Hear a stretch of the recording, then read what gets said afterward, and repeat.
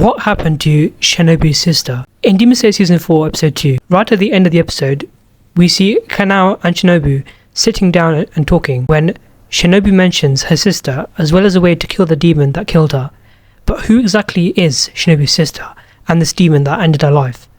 You see, before Shinobu became a Hashira, this title was held by a sister, Kanae. The Kocho sisters lived a peaceful, privileged life with their wealthy and loving parents who continuously doted on them and cared for them.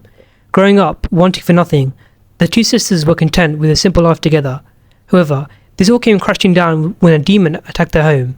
Their parents tried to protect the two, but were killed before their daughter's eyes. They would have been next, but they were saved by the timely arrival of Gyome, who killed the demon immediately before it could kill either of them. After this traumatic event, the two sisters made a promise to both join the Demon Slayer Corps to stop the demons from inflicting the same horror and pain they experienced on others.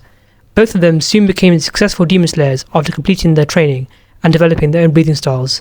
At some point down the line, Kanae would become the Flower Hashira.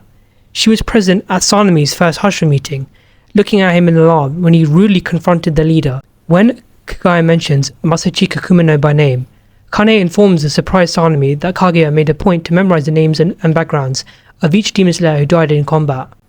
One day, while travelling through a village, Kanae took notice of a little girl being dragged along by a leash of a man. Even though the girl was nameless, dirty and didn't speak, Kanae approached her and attempted to convince the man who purchased her to let her go.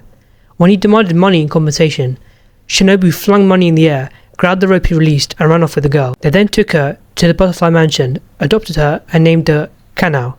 When the girl proved unresponsive without orders, Kanae gave her a coin to flip to help her make choices until she could make choices on her own. Some years later, Kanae ran into the upper rank 2 of the 12 Kizuki, who was none other than Doma.